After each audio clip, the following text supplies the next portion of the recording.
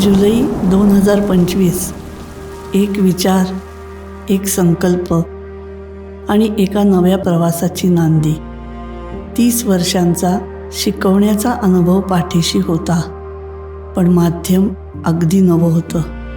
श्री स्वामी समर्थ आणि श्री महाअवतार बाबाजींच्या आशीर्वादाने एक पाऊल पुढे टाकलं. उद्देश एकच होता, नव्या पिढीला त्यांच्याच भाषेत चैतन्य समजावून सांगण्याचा. गुरु जो दिशा दाखवतो आणि भक्ती जो गुरुच्या निस्सीम विश्वासावर चालण्याचा मार्ग आहे. एका विचारापासून सुरू झालेली ही संकल्पना आज लाखोंच्या कुटुंबात बदलली आहे. हा प्रवास एका वर्षाचा नाही, हा तर फक्त पहिला टप्पा आहे. हा प्रवास आहे गुरु भक्तीचा.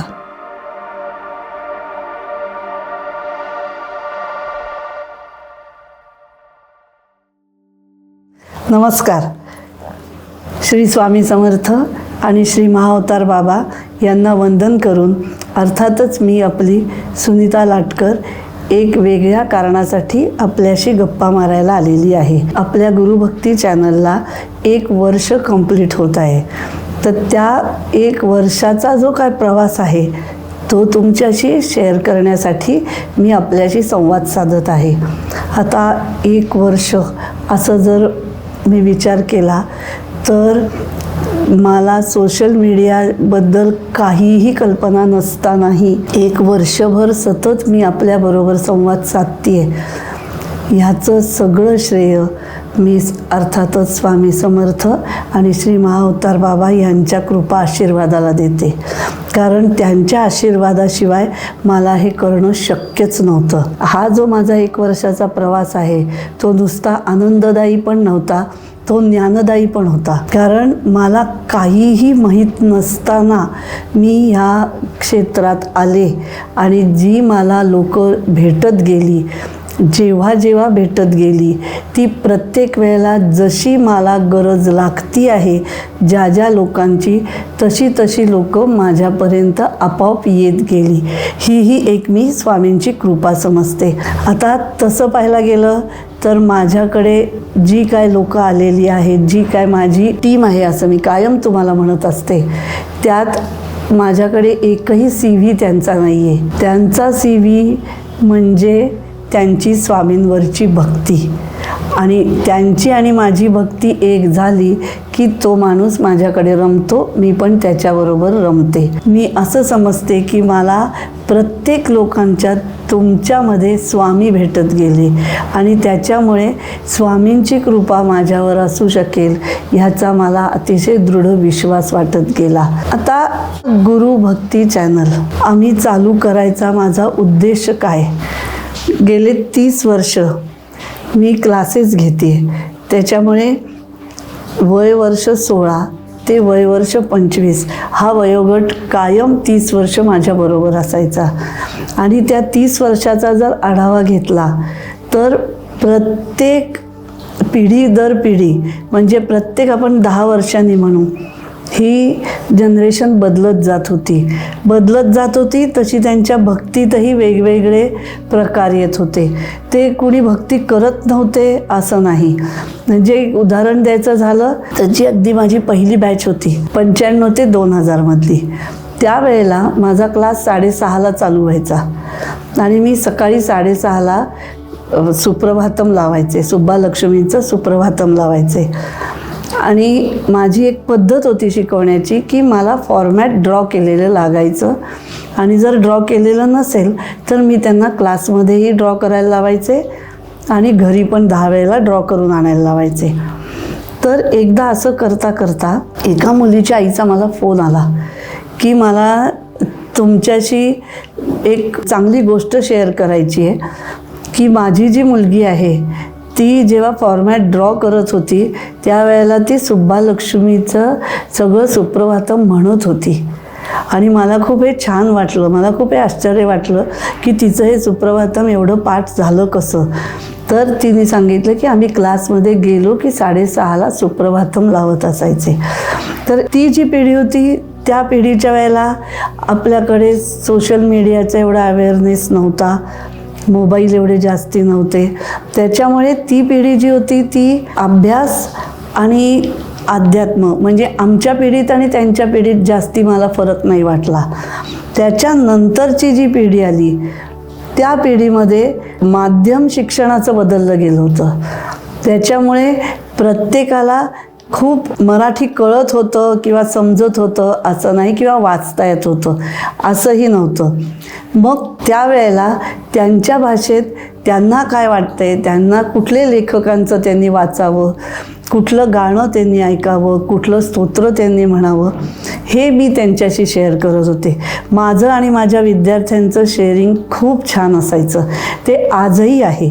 त्याच्यामुळे ही जी जनरेशन आहे जशी जशी बदलत गेली तसं तसं मला त्यांच्यातले चांगले गुण पण कळत गेले.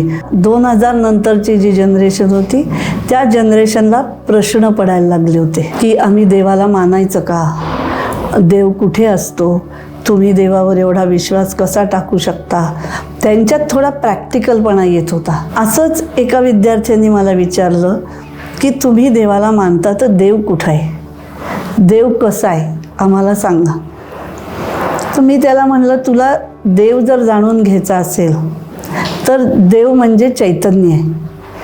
तर त्याला एवढं कळलं नाही पटकन की देव म्हणजे चैतन्य म्हणजे काय.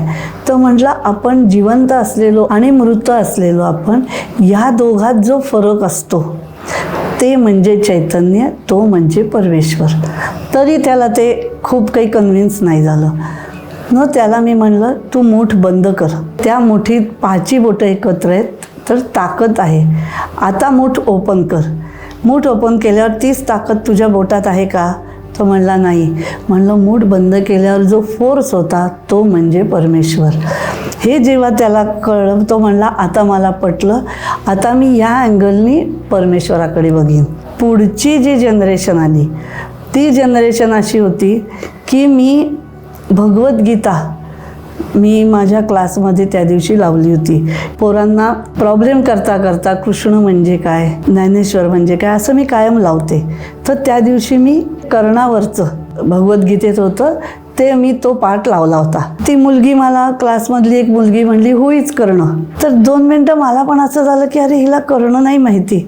मी तिला जस्ट बोलले की तुला जस्टिन बिबर माहिती आहे का. तर ती म्हणली हो मला माहिती आहे.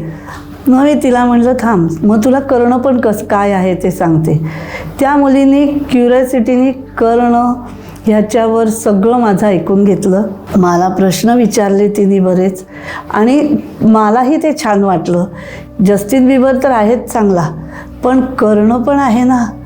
त्या कर्णाच्या बद्दलची तिला माहिती कळली. त्याच्यानंतर तिने मला परत सांगितलं की एकदा मला महाभारत आहे ते मला समजेल अशा ह्याच्यात माझ्याशी कधीतरी बोला.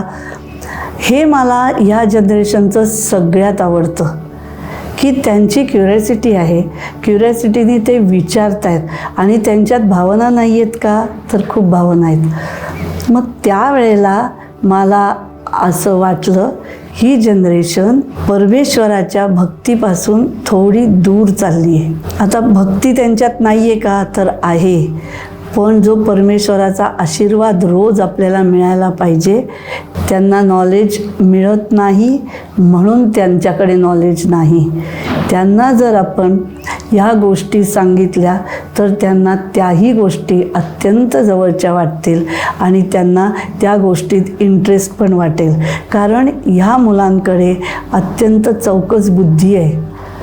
ह्या आजकालच्या जनरेशनकडे एक वेगळं ॲटिट्यूड आहे जगायचं. त्यांच्या ह्याच्यात वेगळा कॉन्फिडन्स आहे. पण ह्या झाल्या त्याच्या पॉझिटिव्ह बाजू.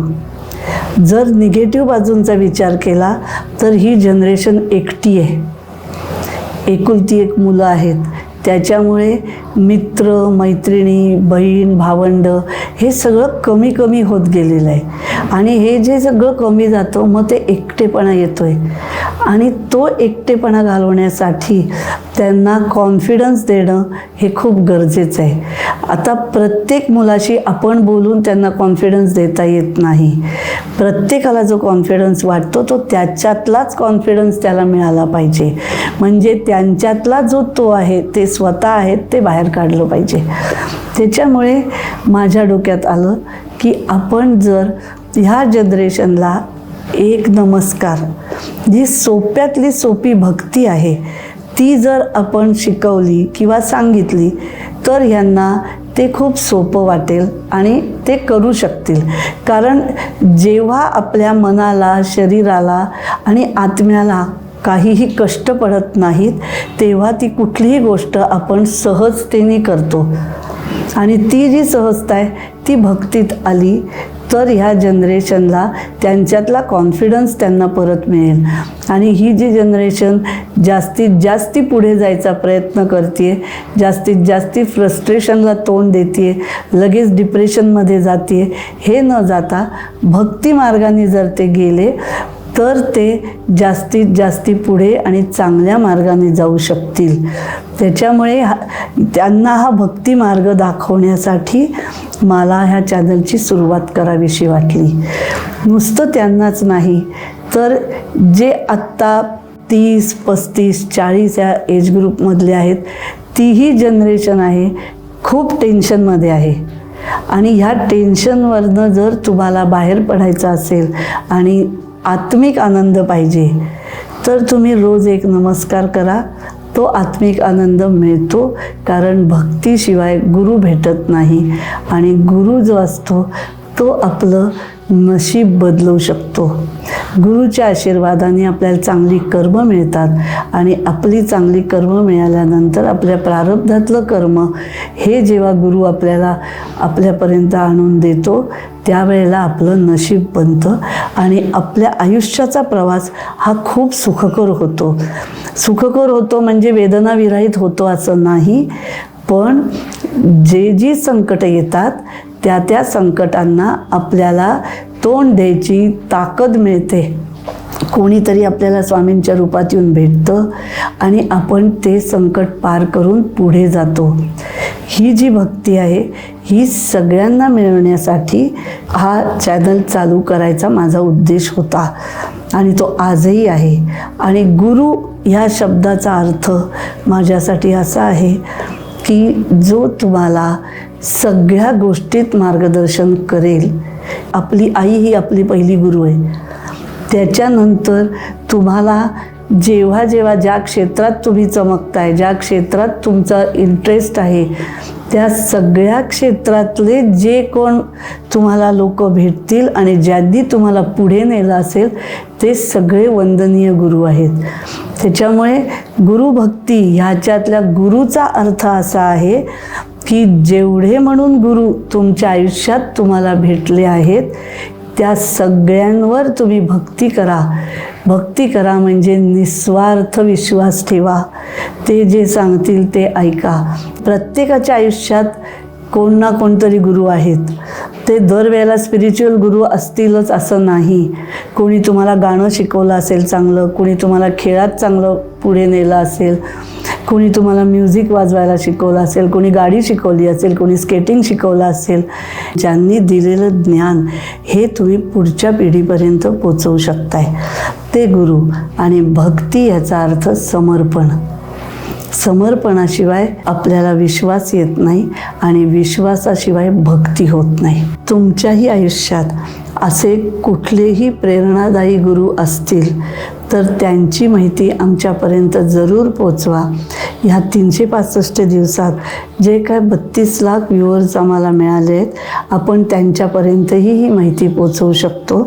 आणि हाच आशीर्वाद आपण श्री स्वामी समर्थ आणि श्री महाअवतार बाबा यांच्याकडे मागून मी आपला निरोप घेते. नमस्कार.